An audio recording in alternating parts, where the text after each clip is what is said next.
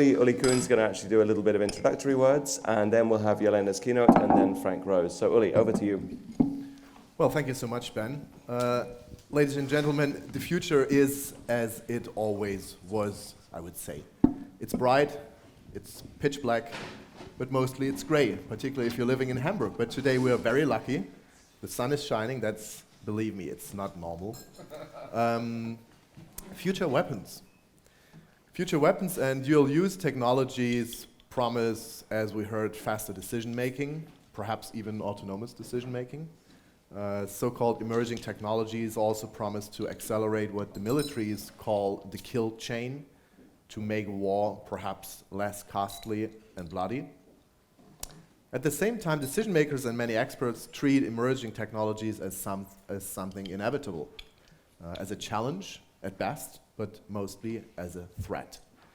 I'd say the securitization of language, of topics, narratives, and discourses is in full swing. But then again, will new weapons and disruptive technologies perhaps lead to the abandonment of other classes of weapons, perhaps such as nuclear arms, as some of us here in the room might hope? How do we manage competition in the strategic domains? How will cyberspace, hypersonic weapons impact strategic stability calculations? I'm happy to discuss all that and more with our 5 excellent practitioners and experts. Because Elena, who is supposed to give the first keynote speech, is not here yet. I'm just going to ask Frank to start, and Frank was already introduced. He's a Bosch fellow in Berlin at the moment. He's working for Brookings, and he has a lot of experience from US State and DoD. Frank, please, the floor is yours. Ulrich, thanks so much for inviting me to come back to Hamburg. Last time I was in Hamburg, I was on crutches because I was suffering from the gout, and last night I had a flare-up of the gout. And I think it had something to do with the music last night. It was just saying boom, boom, boom, boom, boom. So we are where we are. So I don't claim to be a big brain like many of you here at the conference. I consider myself a, quote, recovering bureaucrat. So in my remarks this morning, I'm going to be a bit of what we call in the United States a Debbie Downer. Someone who will definitely see the glass as half empty. I'm not going to give you a speech focused on nuclear disarmament. Indeed, I believe disarmament has reached a dead end. Instead, I want to use my time with you this morning to try to answer what I believe to be one of the key strategic questions of the 21st century. And that is, how do we effectively manage geopolitical competition in the strategic domains in a way that reduces the risk of nuclear war? In my presentation this morning, I'll focus on 4 areas.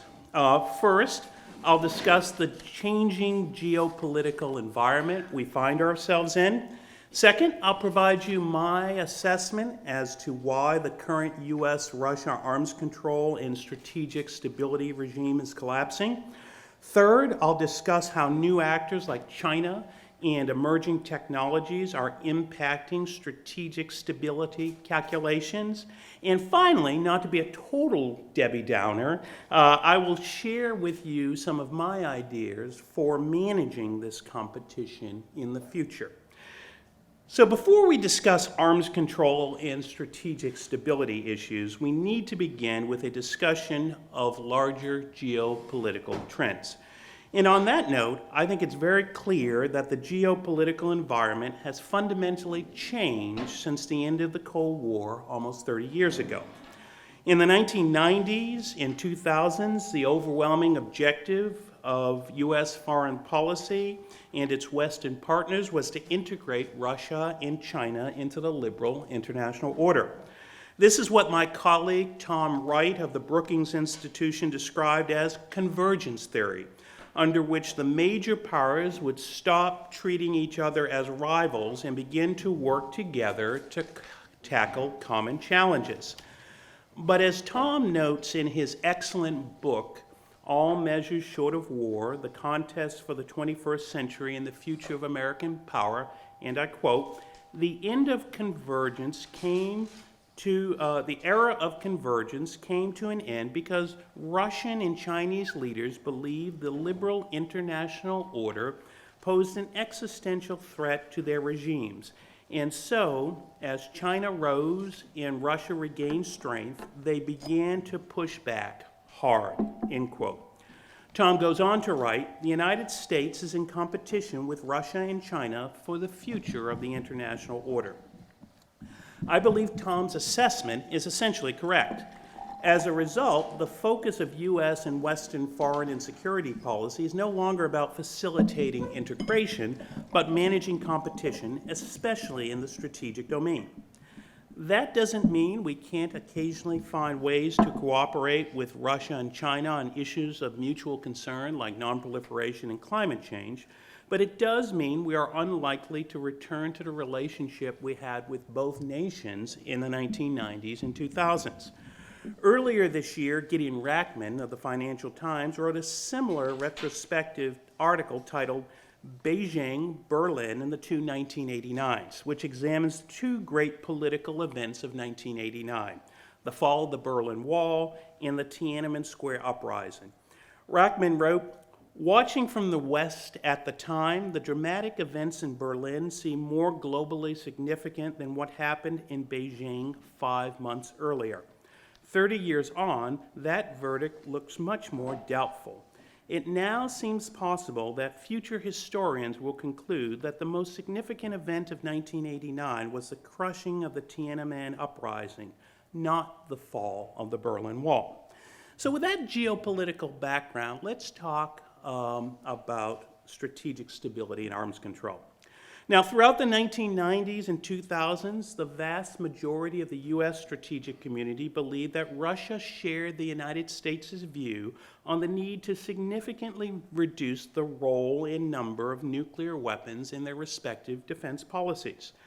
I don't believe this was the case, though many of us in the Western strategic community convinced ourselves that it was. I've increasingly become convinced that the progress made on arms reductions in the late 1980s and 90s was the result of a unique set of geopolitical circumstances at the time, in particular, the collapse of the Soviet Union and Russia's subsequent financial difficulties. It was not the new normal, as some experts argued, but likely the exception to the norm. Whereas presidents of both parties in the United States have outlined grand visions for creating a, quote, world without nuclear weapons, this is not the Russian view of nuclear weapons. Indeed, I remember a Russian colleague of mine once telling me, quote, I fear a world without nuclear weapons. This becomes clearer when you look at Russia's overall strategic situation. It has no real allies. Well, they have Assad in Syria and Lukashenko in Belarus, but not the most reliable allies. Russia does not have a modern 21st century economy. Think to yourself what they produce on the open market other than oil and gas. I can't think of many. Russia continues to lose population. Its conventional systems, while they have vastly improved over the past 15 years, they're really not on par with the United States. And it has a robust China on its southeastern flank. Now, I understand Russia and China have a, quote, strategic partnership right now, but that strategic partnership is fundamentally about balancing American power. And if you dig a little bit below the surface, there is a lot of distrust. Now, given its overall strategic situation, what does Russia have to guarantee its security? Simple, nuclear weapons. For example, Russia did not sign the New START treaty in 2010 because it believes in a world without nuclear weapons. For Russia, New START was always about maintaining strategic parity with the United States, capping the number of strategic nuclear warheads deployed by the U.S., and gaining insights into U.S. strategic forces it wouldn't necessarily get without the treaty. You must give the Russians credit where credit is due. They have used arms control as a tool to advance their hard security interests. I call it, quote, an unsentimental approach to arms control. Let me also say a few things about the end of the INF Treaty. There's been a lot of nostalgia about the treaty since its demise in August. I agree that the INF Treaty was a major accomplishment, but we also need to remember it was very controversial in the Soviet Union at the time. Indeed, the Soviet military believed that it placed the Soviet Union at a disadvantage, and Gorbachev had to overrule the military's objections to make the INF Treaty a reality. And these concerns about the treaty continued in Russia after the fall of the Soviet Union.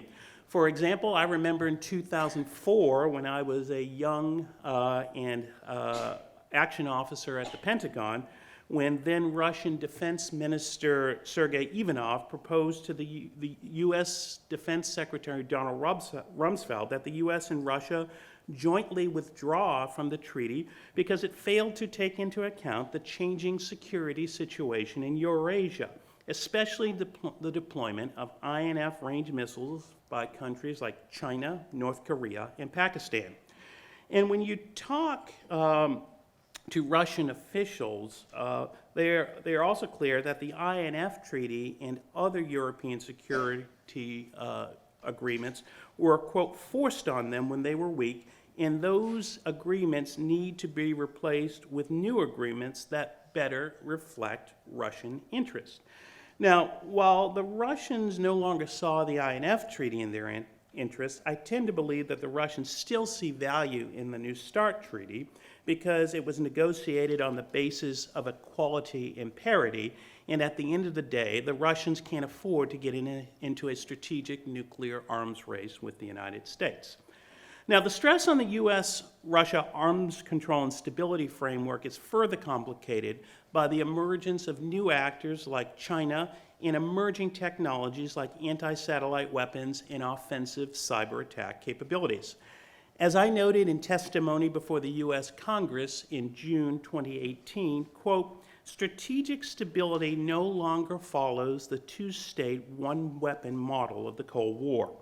Indeed, China sits totally outside the current strategic stability regime, which constrains the U.S. and Russia, but places no limitations whatsoever on key Chinese military capabilities, such as ballistic missiles. For example, even if the U.S. had been successful in bringing Russia back into compliance with the INF Treaty, China would have still been free to develop and deploy thousands of medium and intermediate range ballistic missiles. Honestly, I do not believe it's either politically or strategically viable over the long term to have the United States' most significant strategic competitor, China, sitting outside a future stability framework. Therefore, if we are to develop a viable framework over the long term, we must find a way to bring China in. In addition to the rise of new actors like China, we've also seen the emergence of new technologies that are rapidly transforming the strategic environment, including cyber, anti-satellite weapons, hypersonic missiles, and artificial intelligence. On that note, let me briefly say a bit more about the anti-satellite and offensive cyber threat using Russian and Chinese developments in these areas as illustrative examples. I always like to pick on the Russians and the Chinese. Both Russia and China understand that space and other information-based data is key to the ability of the United States and its allies to project power globally and to conduct effective military operations. For example, satellites enable the U.S. and its allies to detect, track, and target its adversaries, as well as command and control its own military forces. Denying the U.S. and its allies access to space data would provide Russia and China significant military advantage. And over the past decade, Russia and China have devoted significant resources to the development of anti-satellite weapons. These include jammers, kinetic kill systems, like the weapon China tested in 2007 against one of its own satellites, lasers, and on-orbit attack robots. As former U.S. National Director of National Intelligence Dan Coates testified before Congress in January of this year, quote, "We assess that China and Russia are training and equipping their military space forces in fielding new anti-satellite weapons to hold U.S. and allied space services at risk," end quote.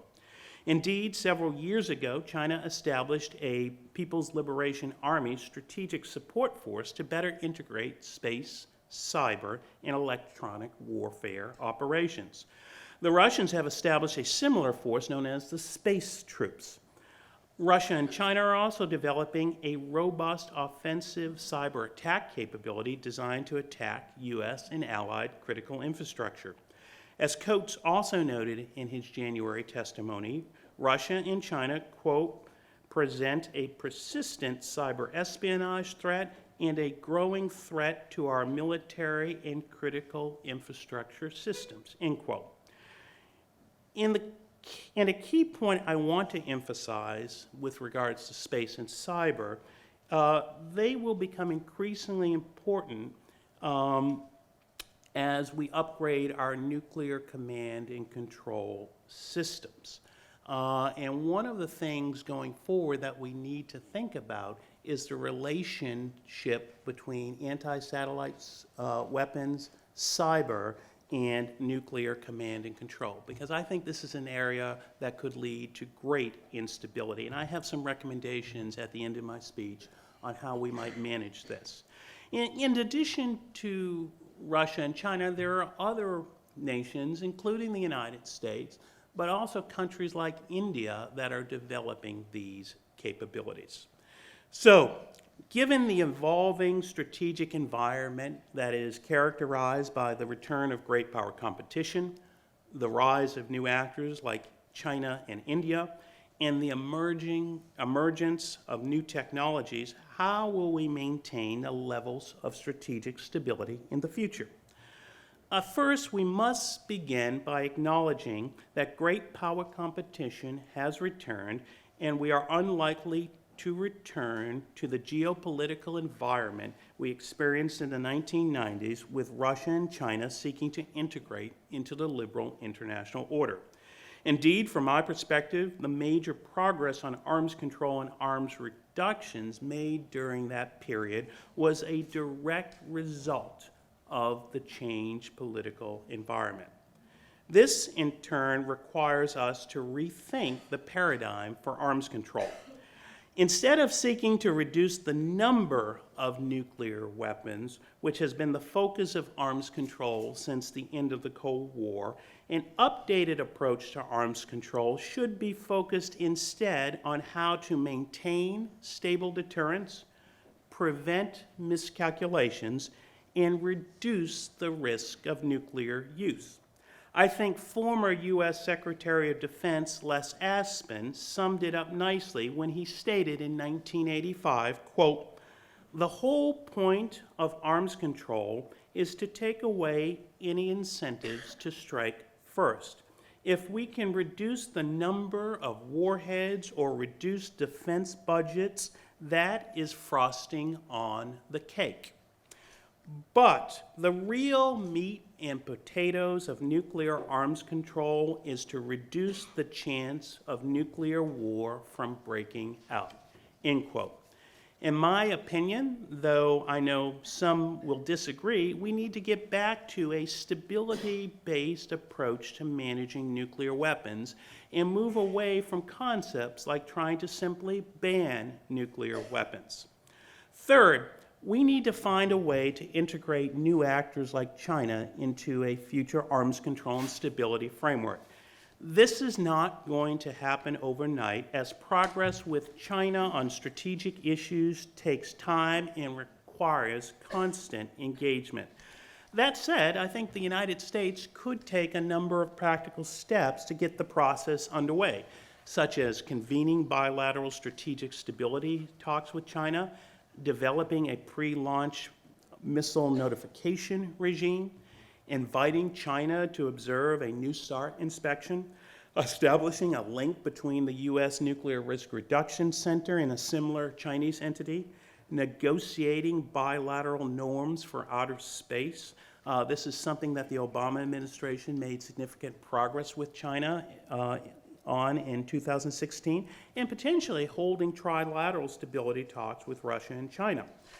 And while the United States, Russia, and China have tended to dominate the debate on nuclear weapons and strategic stability issues, other nations, including France, the United Kingdom, India, and Pakistan, also impact strategic calculations. For example, Russia has argued any future arms control discussions must be multilateral and include all permanent members of the UN Security Council.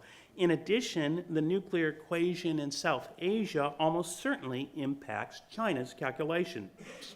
Therefore, a mechanism should be established to enable a broader discussion on global strategic stability that brings the major players to the table. One place to begin may be by rethinking the P5 process, which was initiated in 2009 to serve as a coordinating mechanism for the P5 in advance of the 2010 Non-Proliferation Treaty Review Conference. Through 2015, the P5 process was primarily focused on advancing arms control and non-proliferation initiatives. However, in 2015, the members of the group began a broader discussion on nuclear policy and doctrine, resulting in the first P5 seminar on nuclear policy and doctrine held in New York in October of 2016, which I chaired. Now, we had very low expectations going into the meeting, but I will be honest with you, they were very, very useful discussions. Unfortunately, the process has not been revived since 2016, but I think this is an area where some progress could be made. And it could be expanded at the appropriate time to bring India and Pakistan into the discussion. Indeed, the P5 previously met with India and Pakistan in a P5 plus format in 2011 to the 2013, focused on finding ways to initiate negotiations on a fissile material cutoff treaty. So I think that's something that we should look up. And finally, even though emerging technologies are increasingly impacting stability calculations, we lack effective international norms of behavior to help manage competition in these domains. Therefore, I think we should work to develop norms of behavior for emerging domains such as space and cyber. Developing such norms could potentially help manage competition between great power and mitigate the risk of strategic miscalculation. Some potential norms that we could consider might include a political commitment not to conduct cyber attacks on one another's nuclear command and control systems, and refraining from attacking nuclear early warning satellites with anti-satellite weapons. So let me conclude by saying we are in a fundamentally different security environment than we were in the 1990s and 2000s. This new security environment will be characterized by a return to great power competition.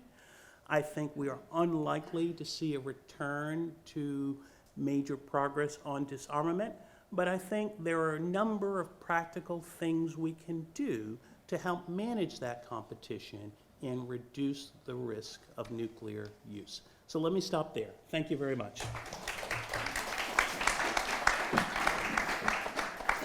Well, thank you so much, Frank. I think that was an excellent speech that will certainly provoke some reactions also from the crowd later on. Next one on my list is Elena. Elena is not just the director of the Vienna Center for Disarmament and Non-Proliferation in Vienna, she also happened to be my boss. So, Elena, at a certain point. The floor is yours, please.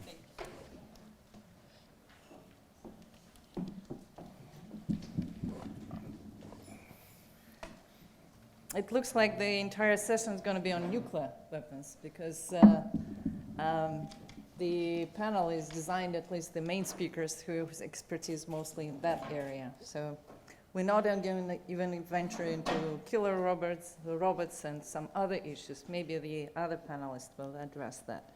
But let me start by first thanking the organizers, and I think it's an honor to speak at this session and the conference itself.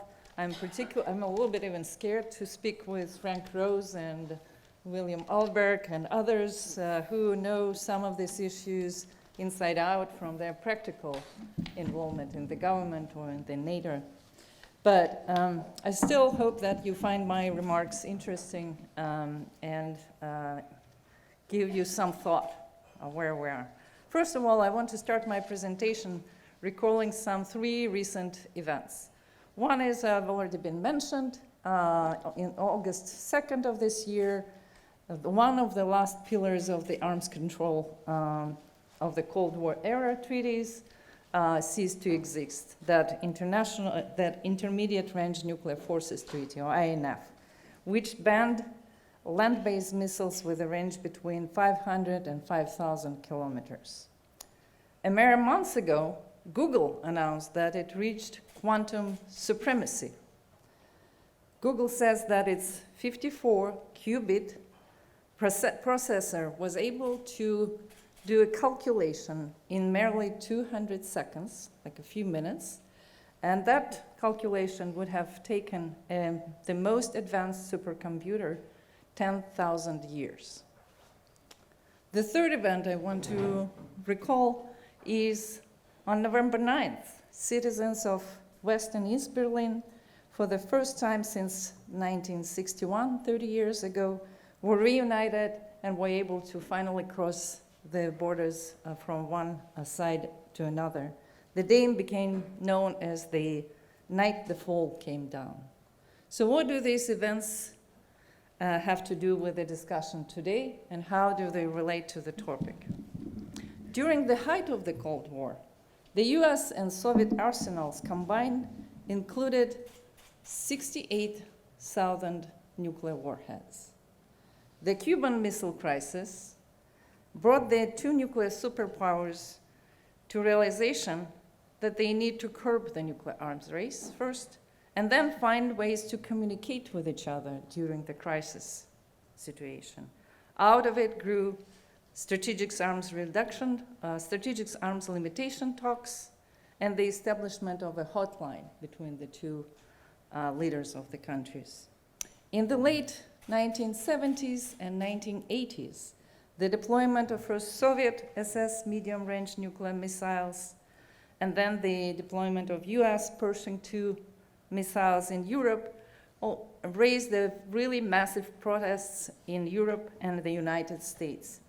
Their originally negotiations to curb these weapons were not successful, but started to see progress when Mikhail Gorbachev came to power in the Soviet Union in 1985 and sought to shift arms control from a national to a global perspective, a shift that was shared by Ronald Reagan. Then came one of the kind of key points of that period, a Reykjavik summit between the 2 leaders that almost succeeded banning all ballistic nuclear missiles.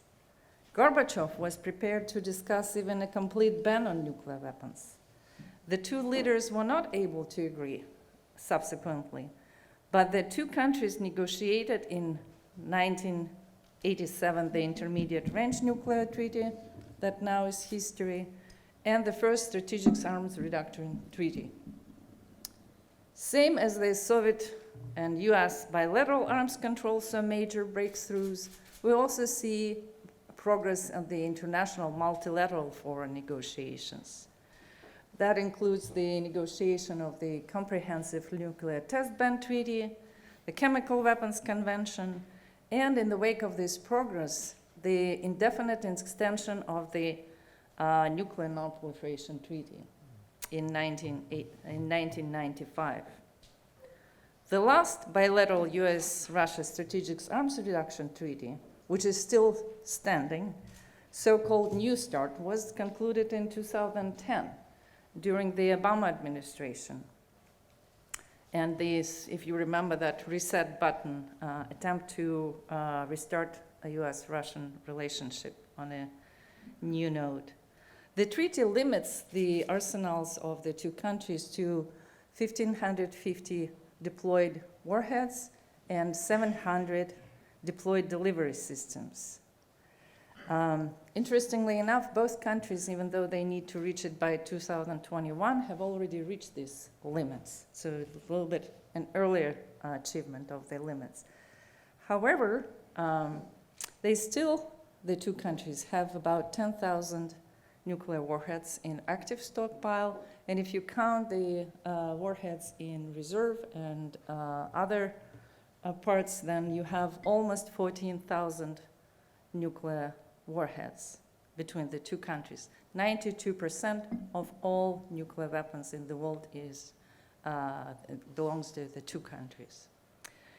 This is a significant reduction, 14,000 from 68, right? But nonetheless, it's still a pretty huge arsenals that they share. So why then former leaders like Mikhail Gorbachev and William Perry, former former Secretary of State, nowadays say that the risk of nuclear exchange is now higher than 30 years ago? And the biggest danger is that we can inadvertently stumble into nuclear war. How did we end up in a situation when the relationship between the United States and the Russian Federation reaches a new low almost every day? And disagreements between the two countries also plug the discussions in the multilateral forum, whether it's the UN, the International Atomic Energy Agency, and other. Why, in contrast to the Cold War era, we cannot longer practice arms control in times of political conflict and have a regular dialogue? If you look back into this era, even during the height of the Cold War, we were able to put aside certain differences, ideological differences, and still be able to talk to each other, negotiate treaties, and not only bilateral, but also multilateral. And to just kind of bring one more point, the fate of the New START treaty that expires in 2021 is also unclear. It is on the chopping block. And the US current administration is signaled that it doesn't want to extend it. The deterioration of the US-Russian relations are not the only cause of concern. At the end of the Cold War, we had 5 nuclear weapons. And Israel, who was not either confirming or denying that it has nuclear weapons. Now we have 3 additional nuclear states: India, Pakistan, and more recently, the Democratic Republic of People's Republic of Korea. And what could go wrong in this part of the world, right?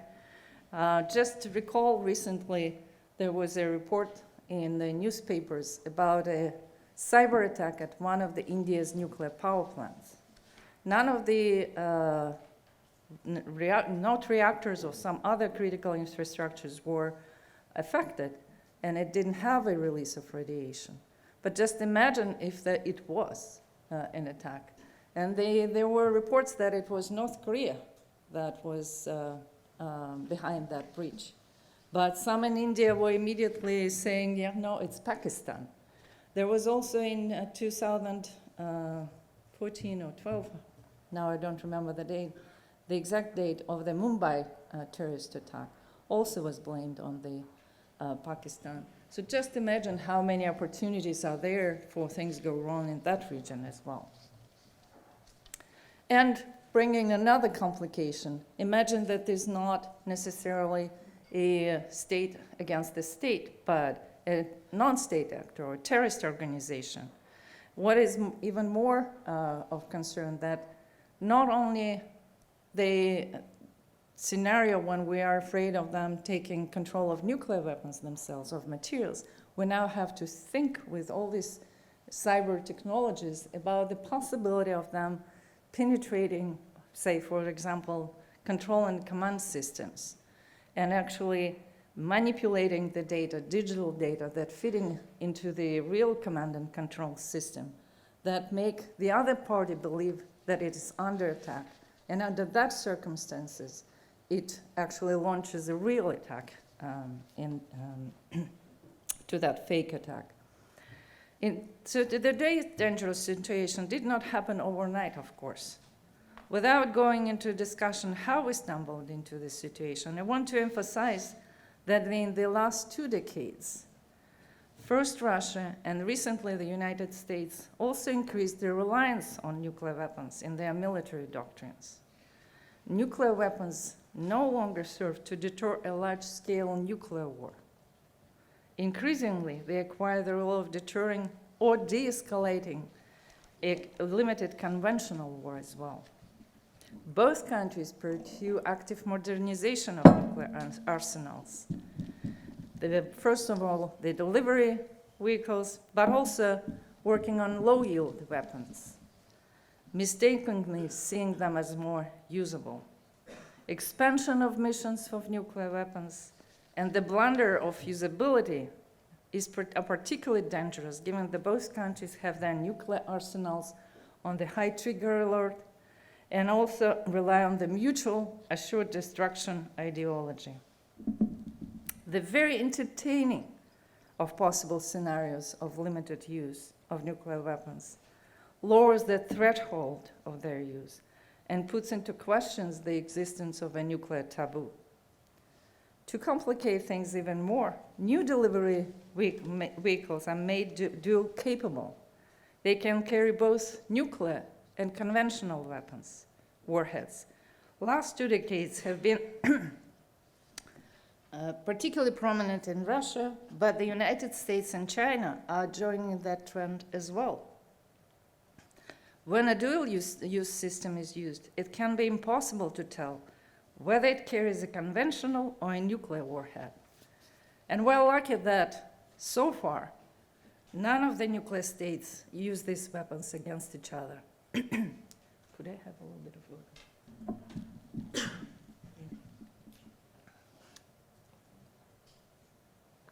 Now I'm moving to other technologies that can potentially impact nuclear weapons and how states feel about them. And this new technology can more broadly affect the risk of war and proneness to escalation. Some are new, such as artificial intelligence and quantum computing. Some are maturing technologies, such as drones and cyber, and some are old wine in new bottles, from hypersonic technologies to robotics. What we witness today is a dangerous combination of new technologies and old weapons, a situation in which it is increasingly difficult to ensure non-use of the latter. Most often discuss of these new scenarios and the interface between nuclear and some of these emerging technologies is stemming from cyber, and we already kind of touched on it a little bit. Frank also referred to the scenarios of a cyber attack on a national command, control, and communication systems that could be perceived as an attempt to disable a nation's second strike capabilities and prompt a nuclear response. And I already mentioned some of the possibilities of a terrorist attack. 2 other emerging technologies that I would like to mention today are artificial intelligence and quantum technologies. As with many other emerging technologies, artificial intelligence or machine learning could bring some benefits and also create risks and vulnerabilities. For example, artificial intelligence, with the assistance of enough sensors, may be able to detect hidden targets, such as mobile launches and submarines. This could lead to a country to believe it has achieved reliable counter-force capability, even that state does not want to capitalize on this perceived advantage. Its opponent may conclude that they become unnecessary vulnerable and resort to hedging behavior. And that may include something as pre-delegation of launch authority with keeping your weapons on high alert. That could be really dangerous and prone to accident situation. Some of you may have already heard about the dead hand scenario or the perimeter in Russia. That's another very silly idea. And my understanding is that the US now is also thinking about pre-delegating some functions to the artificial intelligence. On the other hand, artificial intelligence could have opposite effect. For example, it could help with arms control and non-proliferation. Artificial intelligence assisted reconnaissance could be used not only for targeting, but also for verification. Additionally, artificial intelligence assisted early warning systems could give states more confidence in their ability to detect launches, and thus makes arms control a more agreeable proposition. So with many of these technologies, we can see kind of both some stabilizing and destabilizing effects. Quantum technology also has potentially far-reaching consequences for the entire nuclear enterprise, from modeling and testing, early warning, targeting, control in command and communication, and more. The possibilities are seemingly endless, yet this is an emerging technology whose basics are not readily understood. It will take time to discover what applications and which applications are real and which are illusory. When we talk about quantum technology, we can broadly break the subject into quantum computers and other quantum technology. Quantum computers, when they work, could potentially be many orders of magnitude faster than classical computing. An actual quantum leap in processing power would have far-reaching consequences at every level of the nuclear enterprise. And it is difficult to predict how much an advancement would affect how states view nuclear deterrent. Other application of quantum technology that could have impact on nuclear enterprise. Quantum compass, unlike GPS, it would be unspoofable, so submarines and missiles would have more secure and reliable navigation. Quantum radar, such a radar would not be fooled by current stealth technologies or fake warheads, and thus be more accurate and reliable.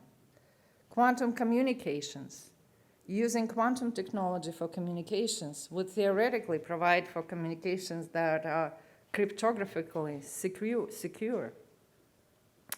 As always, it's not about technologies, it's about the way we use them. They can be stabilizing or destabilizing, depending on the choices we make. Growing concerns probably reflect widespread pessimism caused by the long history of the human mankind. That we were not able, we've always failed to prevent the most dangerous applications of new technologies. It is also worth noting that many of these technologies are being developed simultaneously. It is likely that their effect will be compounded by each other and probably produce some unforeseen outcomes. Combining cyber and artificial and quantum computing may revolutionize cryptography and render nuclear secrets unsecurable. Combining drones and artificial intelligence may lead to intelligence, surveillance, and reconnaissance systems that are able to find all of states' second strike assets. Such outcome could increase state insecurity and cause nations to rely more on nuclear weapons, even though it sounds counterintuitive. Compounded with the rise of nationalism, major power competition, real politics thinking, inability to take into consideration other parties' security concerns. That's where that theme from yesterday about insecurity comes back. The gridlock and functioning of traditional multilateral and bilateral negotiation and fora. Unfortunately, we are likely to see the continued and most probably even increased reliance on nuclear weapons. Even as our understanding of the increased risks and uncertainties will continue to grow. It's just the environment we're in is not really prone of countries to understand these risks and kind of step back from where we are. At the moment, some nuclear states are not even prepared to reconfirm Gorbachev-Reagan commitment made in 1985 that nuclear war cannot be won and must never be fought. Nor they are prepared to discuss and negotiate the use of these new, potentially destabilizing technologies and discuss nuclear risk reduction. I agree with many of the recommendations that Frank made. But what I want to emphasize is that we need to relearn how to have a dialogue and how to recognize insecurity of others, not only our own. Or we can wait until we actually witness, God forbid, unauthorized, accidental, or miscalculated use of nuclear weapons. One way to push for such dialogue and negotiations is to engage broader public and also educate politicians and governments. Both public and governments became much more complacent about the nuclear weapons risks, and some of them even resort to so-called saber-rattling rhetoric, comparing which nuclear button is bigger. You know what I'm referring to.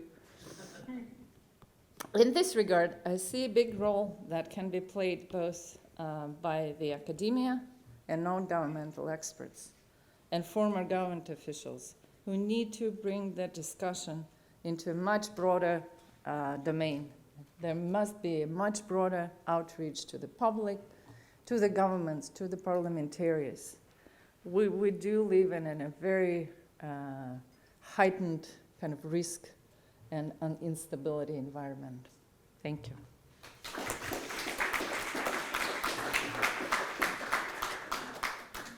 Thank you so much, Elena, also for drawing our attention beyond the realm of just nuclear weapons. So the sequencing now has it that we have 3 responders whom I would like to ask to limit their responses to, let's say, 5-6 minutes each. We'll start with Will, who is coming from an organization which was lately labeled brain dead, but is also now discovering space as a new domain, whatever that means. So please, Will, you can just stay in your seat and use the microphone. Sure, thank you very much. Yeah, I think reports of NATO's brain death are greatly exaggerated. I actually enjoyed, if you read the entire interview, Macron isn't doing what you might be afraid of, which would be walking away from NATO, saying it's irrelevant. He's actually saying that he wants more debate, more conversation, and more heavy lifting. And fortunately on arms control, we are doing that. Actually, some people didn't notice, but the Secretary General of NATO gave a speech on arms control. This is the first dedicated speech by a NATO Secretary General on arms control since Manfred Warner in 1990. And in that, he featured very highly the role of technology in arms control, both for the opportunities that new technologies are going to provide for commerce and for business, the threats that they could pose to strategic stability, as Elena pointed out, but also the opportunities that they provide for verification, also, as you discussed, and what we need from them in terms of defense. On the primary question that you're asking them about new technologies and nuclear, for instance, I would say that it's ironic. In the 90s, after the end of the Cold War, the big push was for how can we replace nuclear missions with conventional missions? How can we limit the role of nuclear weapons? Unfortunately, this area of competition had some very counterintuitive effects, because as Russia, for instance, pursued better conventional strike capabilities, it actually makes it safer for them to use those conventional capabilities. The whole thing with precision, the whole thing with advanced missiles, all right, As long as it's ballistic, you're pretty sure that you can detect it. Once you go to a non-ballistic trajectory, it's very hard to detect, it's very hard to defend against. Now, of course, Russia watched the first Iraq War, they watched the Balkans War, and this really blew their minds. The idea that you could have a standoff warfare, the idea that you could use conventional weapons with essentially strategic effect. You could win a war, you could topple a government, you could dismember a country, all without using nuclear weapons. Because the more precise your warhead is, the more precise your missile is, the smaller the warhead you need, the smaller the bang you need on that warhead in order to destroy its target. Remember, back in the Cold War in the 60s, the intermediate range missiles in Europe, the SS-4s and the SS-5s and the Jupiter and the Thor, these things had a circular error of probability. In other words, they could get within, 1 kilometer of their target 50% of the time? Actually, it was more like 10 or 15 kilometers. The SS-20 was a huge advance because it could get within, I think, 100 meters 50% of the time. Now that we have missiles that can reach within 1 meter of the target 90% of the time, the bang that you need on that to destroy the target is much smaller. You can imagine if you fired a missile and it landed 5 kilometers away from here, if it was a conventional warhead, you wouldn't even know about it. So that's why the old inaccurate missiles in the Cold War had 1 to 3 megaton warheads on them to destroy the target. So ironically, the race for greater precision, the race to prevent the need for nuclear weapons to destroy targets has made much, much more usable tools for war fighting. And Russia really, really pursued this. Brad Roberts has a great quote when he talks about Russia in the 90s and 2000s. Americans tend to throw money at problems. In the 90s and early 2000s, Russia didn't have money, so they threw their brains at the problems. It really honestly affected them so deeply. The United States, and I worked at the Pentagon, I worked at the State Department, you'll remember, in the 90s and 2000s, we simply didn't think of Russia as a peer competitor, neither as a peer nor as a competitor. So to find out that Russia still believed through this period and still believes today that mutually assured destruction, that the incursion of that risk is essential to their well-being as a state, sent shockwaves to the United States. I mean, there are still folks who can't believe it, who can't believe that Russia relies on MAD. Because in the West, we want to avoid risk. We don't incorporate risk into our thinking. We want to minimize risk as much as possible. That's why the US pursues things like missile defense, to minimize risk, to minimize threats to the population. Russia is willing to live with massive risk, nuclear war, in order to maintain a stable relationship with the United States. I've heard China say this directly in the Conference on Disarmament, that China relies on mutually assured destruction. And yet, you think about that. Do we really have a mutually assured destruction relationship with Russia and China? They think that they do. And so they then pursue weapon systems in order to maintain that. You look at Russia, over the 2000s, first they recapitalized their strategic forces to maintain deterrence with the United States. Then it's short-range nuclear forces, the Iskanders, then it's medium-range air, sea, and land-launched forces as they go through and try to figure it out. So they're trying to develop capabilities.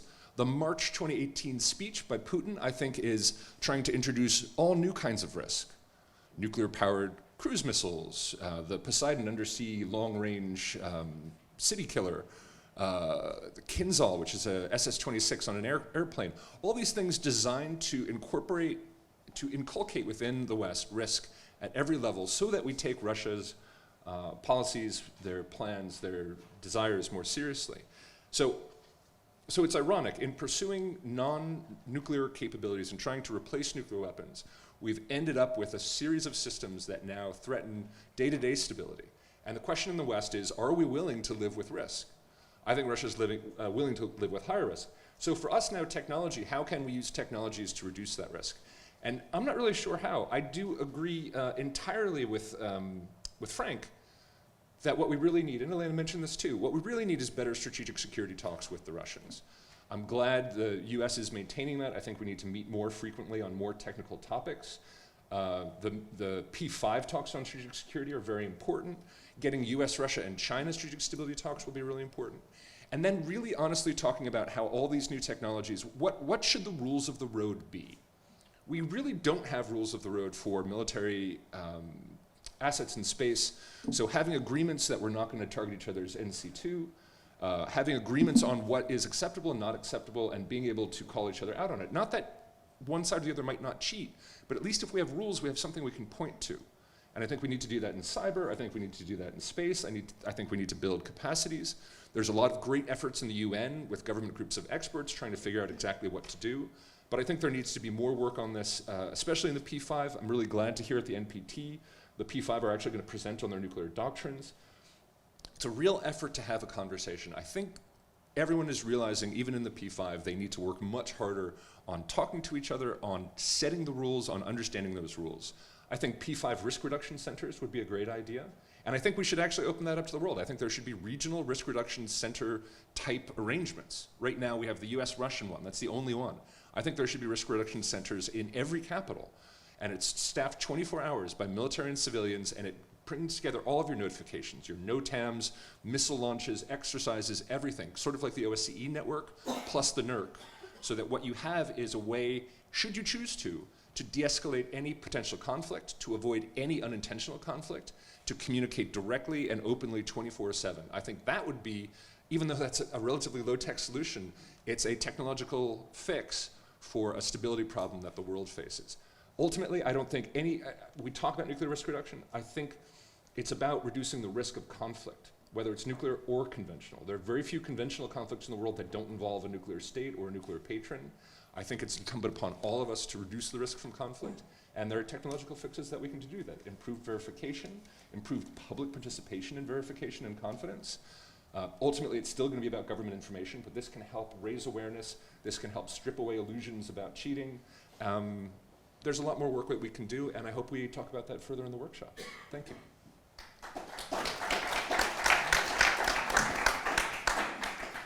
Thank you so much, Will. Elke, you're a lecturer that's focusing in your scholarly work a lot on ethics of unmanned and autonomous/intelligent military technologies and their impact on contemporary security politics.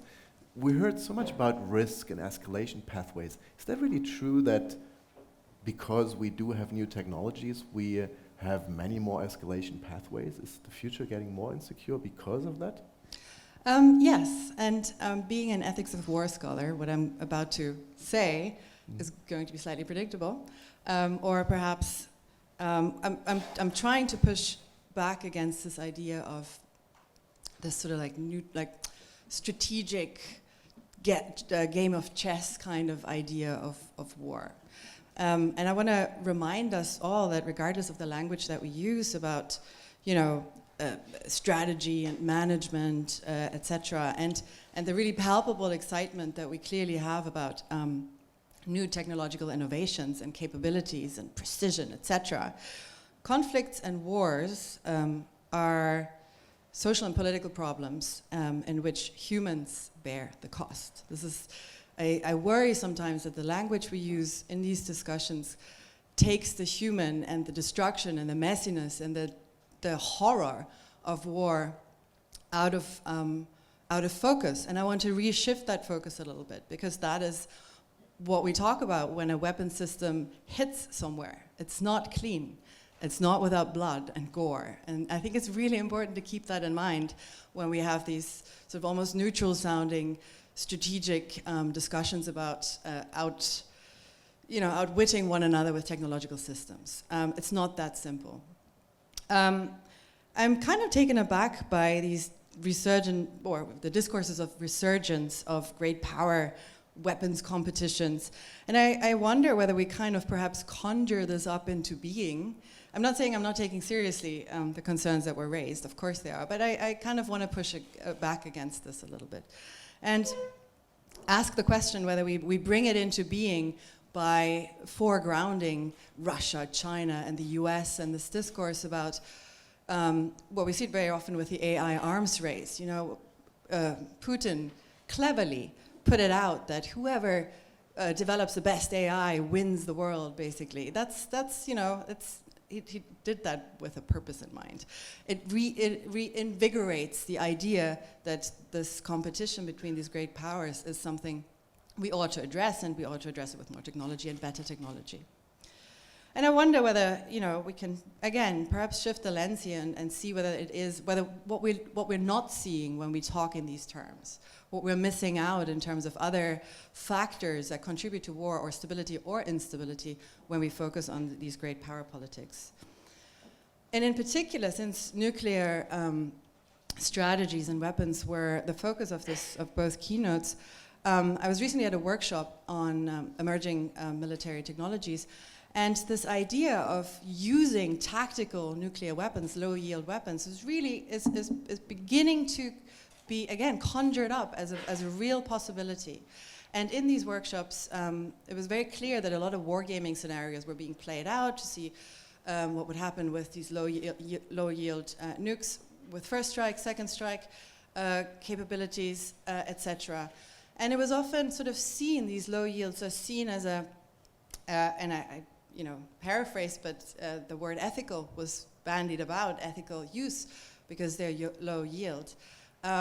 Until I pointed out that you cannot, it continues to be an unethical weapon inherently, despite the fact that maybe a low yield nuclear warhead might go deep underground, you still have a nuclear fallout. It's still indiscriminate. It is still against international humanitarian law or laws of armed conflict in terms of discrimination. So there's, again, something is being conjured up as a possibility that I never thought was going to be back on the table. And we have to be careful with that as well when we talk about artificial intelligence, where we get really excited about the possibilities of a better, cleaner, more ethical kind of war or use of technology to be swifter, faster. And we have to think about what is actually possible. Now, bottom line is artificial intelligence in its current form is nowhere near capable of what most people want it to do. It's very brittle, it's easily spoofed, there are not enough data sets or training data out there available so that you can actually viably use artificial intelligence in any messy conflict environment, other than in a very narrow sense, or for logistical missions or something like that, but not for sensor-to-shoot missions. The data just simply isn't there. But yet we have this idea that it could be something or another. And in doing so, we're forgetting to think about what war is. What concept of war do we actually have, right? And I see this in the discussions of lethal autonomous weapon systems all the time, where there's really conflicting ideas about what war actually is. On one hand, it's seen as a brutal event in need for a very swift end. On the other hand, it's technological and clean, precise, with fewer casualties, etc. Is it a contest amongst equal states? Is it a asymmetrical conflict? So there's a lot of ideas about weapon systems and technologies, but not really a deep engagement or a more thorough engagement with war and the human experiences in war. And we talked in the workshop yesterday about future war peace, that conflicts and wars are multi-pronged, multi-source issues, social and political, right? It's rarely addressed with particular weapon systems, but ought to be seen in a much more wider ecological sense, if you will, to address insecurities, grievances, needs, issues of safety, rather than just looking at these purely strategic capabilities, I would say. And there was and I'll end here, there was a kind of like a really wonderful quote from an article in which a former Navy sniper writes about his experience with technologies of war. And he says, when you rely on the myth of technology and distance killing to build a rationale for war, for easy war, your country will lose its soul. And I think we should take that seriously.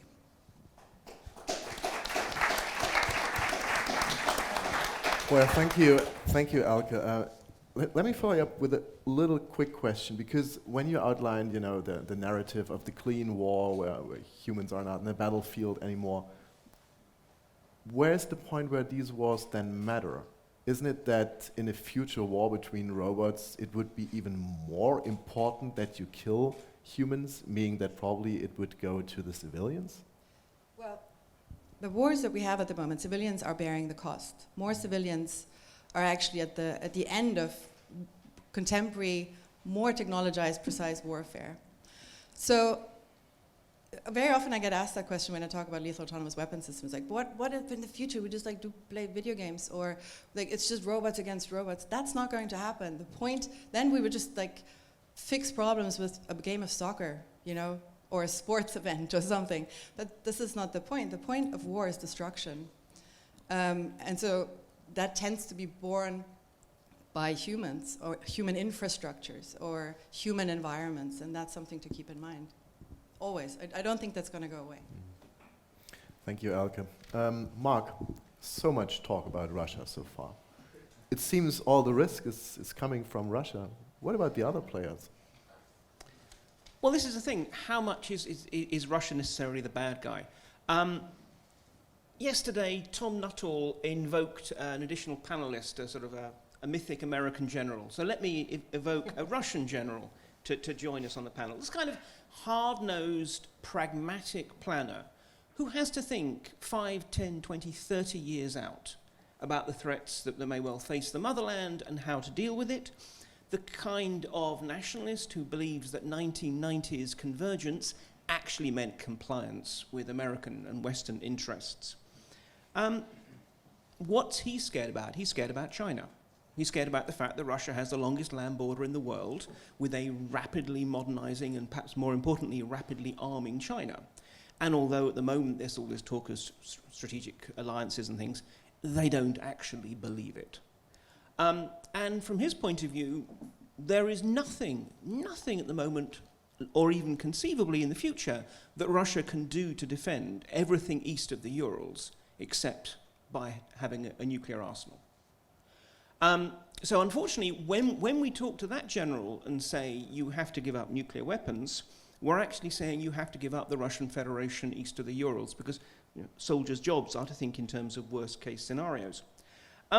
Now, that sounds like, therefore, as if it's a sort of counsel to despair. I don't. I mean, I think exactly we have to look at the fears that drive these so-called bad actors, the destabilizing factors, and precisely address this. And in this respect, I mean, I very much would agree with what Frank was saying. What actually is going to make the Russians feel comfortable enough to be able to scale down their own nuclear weapons? We have to realize that nuclear weapons and all strategic systems, they're not just warfighting systems. They're also instruments of prestige. They're also actually sort of tools of national virility. Just ask the British and the French. One of the dangers of, for example, resting on things like P5 is, well, do we create a club that people think, well, actually, if you're in the club, you matter. You're not only safe, but you're prestigious, and therefore we want to get there. So again, I mean, I do think it is about, a true multi-vector approach to disarmament doesn't just look at weapons and weapon systems. It looks at the underlying fears and the issues around proliferation. And in this respect, I mean, I think that to move on to the sort of the non-nuclear element, look, despite the concerns, the very real concerns about dual-use systems, nukes are relatively easy to identify and to count and to locate. Sure, there's going to be all kinds of questions. Does this have a multiple warhead or whatever? But basically speaking, you know what you're dealing with. We're now finding the stretch of how we can take approaches that we've got used to dealing with proliferation and arms control, whether or not they're successful, but nonetheless, we have not had a nuclear war for 75 years or so. That's not bad. And how to apply them to new systems, which actually are much less hard to see, have vastly lower entry costs. You don't need huge racks of centrifuges, you just need a laptop. And coming over the horizon, there are yet more that we don't even really know. Are we genuinely going to face weaponized nanotechnology that will turn people into grey goo? Are we talking about a future in which there will be genetically coded bioweapons that can just pick the people of the appropriate color or appropriate national extraction? I mean, these are all, on the one hand, science fiction concepts, but if one thing we've discovered is that actually science fiction is coming to us bloody fast, and therefore we need to be thinking about them now. So, I mean, I think in that context, firstly, I mean, in terms of what I would suggest is absolutely, we need to realize that these are instruments that deal with a variety of national needs, from the egotistic to the rational security, and address those, because that's why you spend money on these things. That's why you war game these things, is because you feel there is a purpose, not because you're just simply a morally bankrupt sociopath. There are a fair number of morally bankrupt sociopaths around, But the tragedy is actually most of the people who are involved in these discussions are not. They just feel at present they have no alternative. So we have to engage the imagination to think about, well, what are the alternatives? But alternatives that don't actually just simply rely on pieties, but actual pragmatic responses to the reasons. And the second thing is, I mean, and this is actually a question that I'd like to throw towards, well, not just the keynoters, is, well, okay, we have this wealth of experience in how to address proliferation and arms control.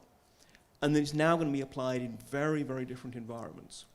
Are there any lessons that you think can actually transfer usefully?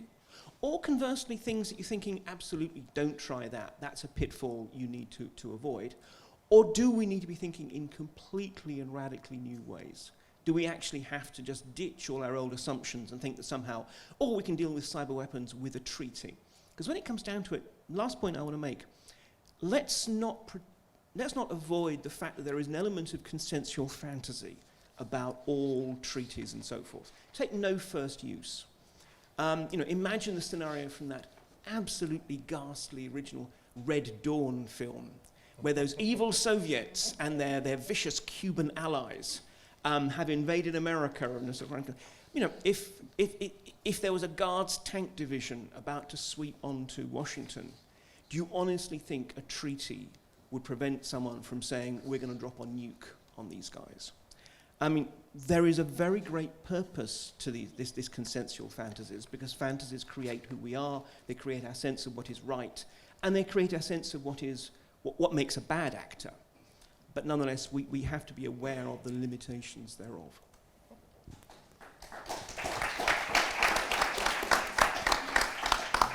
Thank you so much, Mark. I think the last 19, 20 years have shown us that great power actors like Russia and the United States are pretty good at getting out of treaties or suspending them or not caring about them anymore.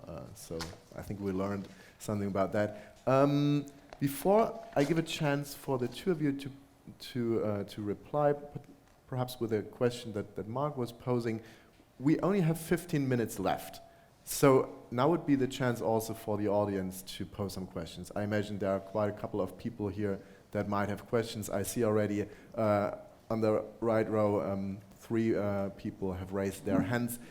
Please quickly say your name, pose a question. Don't start, in blabbing about what you think and why you think that matters. Pose a question, and please also say to whom you're posing the question. And we'll collect 3 questions there on the right-hand side. I saw the lady first, then Neil, and behind Neil's also someone. Here's the microphone. Hi, Kanika Rakra. I'm from the Ministry of External Affairs in India. I just had a question for Frank. You spoke about Russia's interests in the outer space. I just wanted to know your opinion on the Russia-Pakistan outer space joint statement that they've made.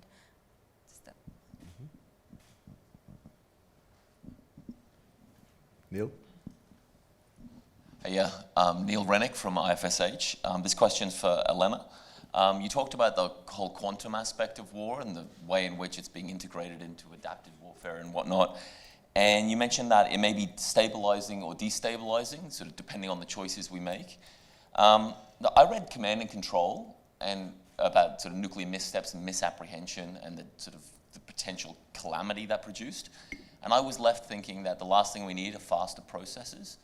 And I wonder if, is it really a case of it depends on the choices we make? Can't things get so fast it becomes an abdication of choice? And yeah, I just wonder if some of the challenges are more inherent than potentially we're sort of framing it as. Thank you, Neil. And there was a lady behind you, directly behind you, who had a question. Madita Erdmann from the University of Vienna. I wanted to ask a question regarding the potential of de-escalating with nuclear weapons, as in the existence of it. I'd like to press the question of whether we shouldn't use a more bottoms-up approach, especially with regards to, let's say, the region of Pakistan and India and the Kashmir Valley, thinking about who is affected by those this really cold conflict that has been, coming up and down. over the years, and really thinking about whether the existence of those nuclear weapons actually de-escalate or whether they escalate the conflicts, and then also the ramifications they have for the people that live in these areas. Thank you so much. Excellent questions. Frank, do you want to perhaps start with a question that Mark was posing and then get into the others? You know, Mark, I'll be honest with you. I'm not convinced with these new technologies that the Cold War arms control framework of legally binding treaties will work. There may be some elements from that we can apply, but I think you need to take a broader norms-based approach. That's why I have been an advocate of rules of the road, trying to find some common ground and using that as a basis to build trust. So, you know, I'm not an advocate of a cyber arms control treaty or a space arms control treaty. One of the key challenges I see is verification. What I am in favor of is, again, more informal rules of the road, because one, these technologies are moving so fast. And number two, again, I'll hit on the verification. It's going to be very, very hard to verify. With regards to your question on the Russian-Pakistani recent statement, I haven't seen that statement, but my guess is it's something along the lines of Russia and Pakistan agree not to be the first to place nuclear space-based weapons. And, you know, I have been opposed to this Russian approach for a couple of reasons. One, it's not effectively verifiable. And when you talk to the Russians, they actually agree that it's not effectively verifiable.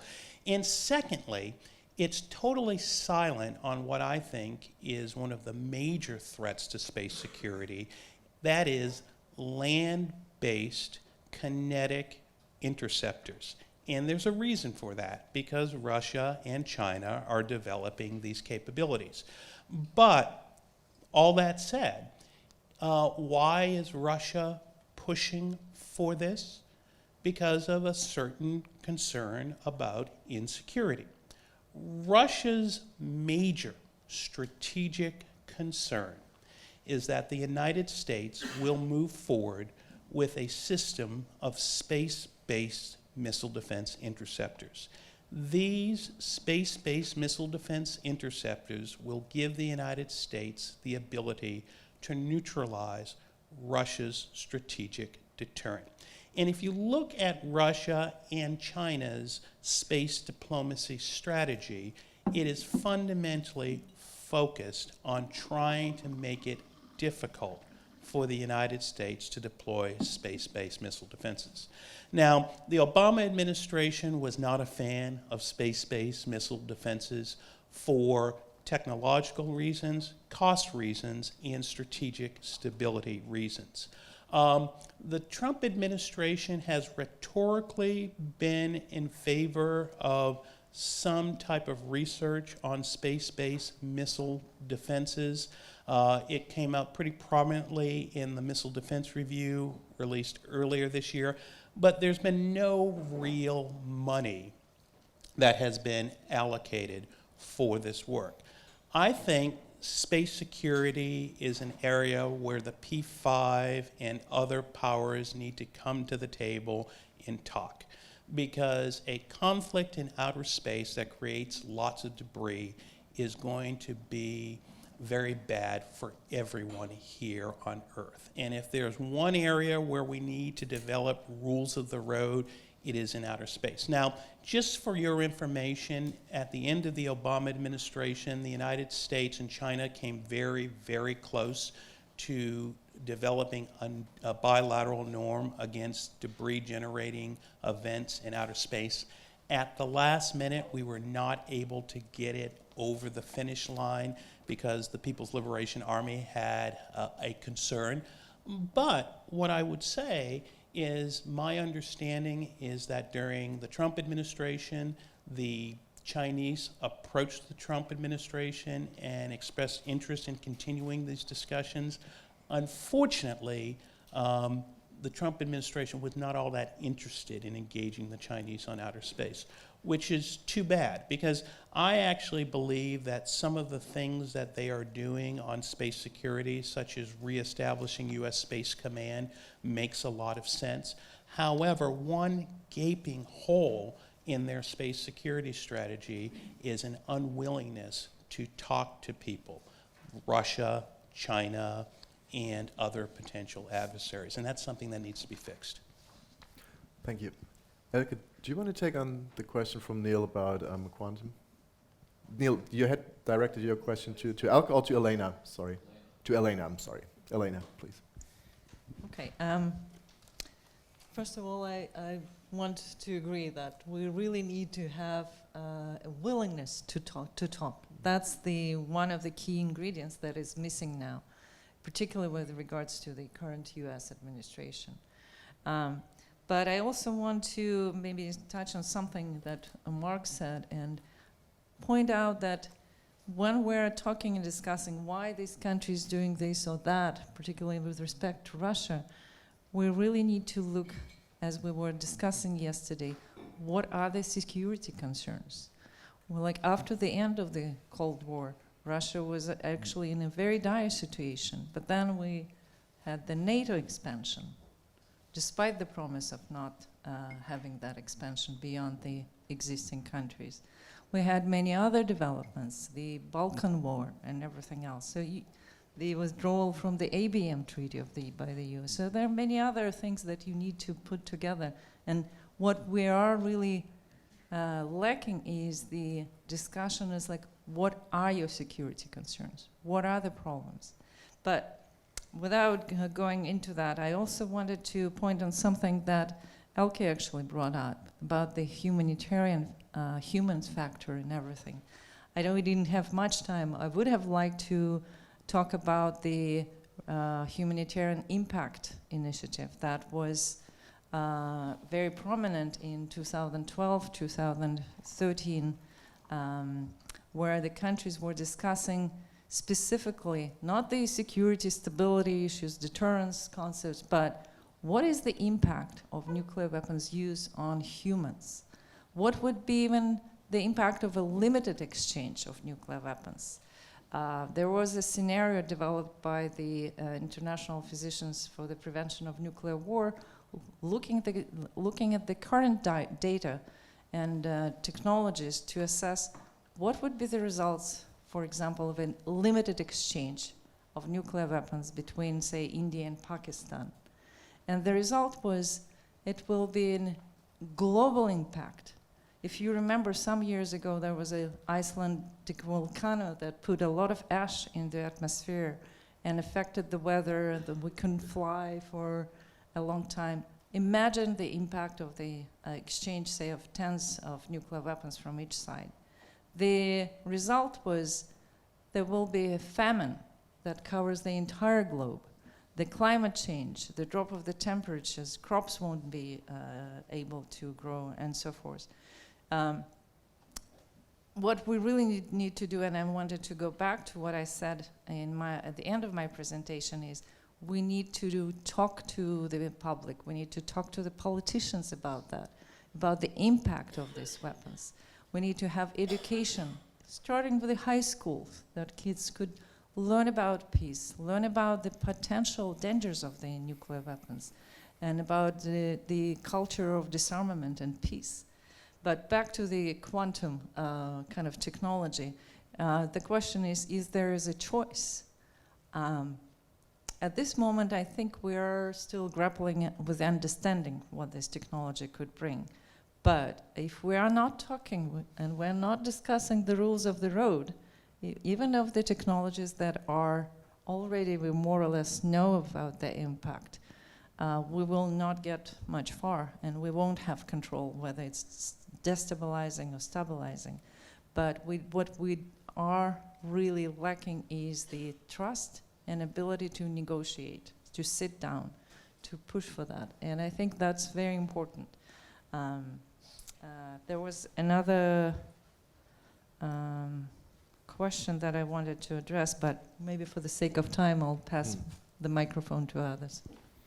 Perhaps can I just follow up on one thing, because Frank was basically making the point for a norms-based approach. I'm glad to hear you push forward norms. That's for me, coming from the constructive realm of international relations. That's interesting to see. But one thing that I want to know is, what stronger norm can there be than the norm you must not have nuclear weapons? And that's the ban. So why not the ban treaty? Well, what I would say is countries are not going to give up their nuclear weapons because of the fundamental geopolitical situation. I would argue that arms races are a result of those underlying geopolitical concerns. And until you deal with those underlying political disputes, you're not going to be able to achieve disarmament. Indeed, I would argue that the most significant reductions in nuclear arsenals occurred at the end of the Cold War because the weapons were not needed for military requirements. So, it's probably not the answer that you want, but I just don't see that the nuclear ban treaty is going to get us where we need to go. I actually debated about 2 weeks ago, Beatrice Finn, the head of the International Coalition for the Abolishment of Nuclear Weapons, and I basically said, Beatrice, I agree with you. If we could get rid of nuclear weapons, that would be a great thing. But given the geopolitical situation, I just don't see them going ahead. I see your focus is pressuring democratic states. However, how are you going to pressure the authoritarian states? I just don't see that, to be quite honest with you. The Chinese have over 1 million people in re-education camps in parts of Western China, and you're telling me through a civil society movement you're going to move the Chinese on nuclear weapons? I don't believe it. So it really comes down to a fundamental issue, and in many ways a fundamental disagreement. And Beatrice and I, we didn't yell at each other, but we had this fundamental disagreement. Her view is that with the force of public pressure, you can separate the nuclear issue from geopolitical and strategic considerations. My view was you cannot separate the nuclear issue from geopolitical and strategic considerations. The only way to solve the nuclear issue, I believe, is solving the underlying geopolitical and strategic issues. Thank you, Frank. So to sum up, I'd say there are two major takeaways from this panel. The first one is that many of you mentioned the environment, but you were talking about the political environment, the environment of power, and everyone was agreeing the environment is not ripe. It's not ripe for serious steps with regards to regulation, with regards to disarmament, or perhaps even smaller steps with regards to arms control. At the same time, the other big takeaway seems to be that pressures are increasing. Risks are increasing in certain domains, from certain technologies. Can I push back on you a little bit? Sure. What I would say is that that's all true, okay? But I do see a role for pragmatic steps to reduce nuclear risk. And now Elena talked about this in her presentation. Throughout the Cold War, the United States and Russia, or the Soviet Union back then, were able to take pragmatic steps to reduce nuclear risk, whether it be the hotline, whether it be the incident at sea agreement. And we were able to help manage that competition. Where I kind of disagree, and I don't think that we're going to move forward, is the whole disarmament paradigm. So my argument is, at least for the foreseeable future, where we need to be focused on is pragmatic steps to manage competition to reduce nuclear risk. And I think that can be done now. The whole issue of disarmament, I think that is going to have to be put on the shelf to another day. Okay, you made the point for pragmatism. I would also make the point, when we envision the future, there needs to be a little bit of vision for people to stay on board. So a little bit more positive could also help a bit from all sides involved. Please join me in thanking all the speakers.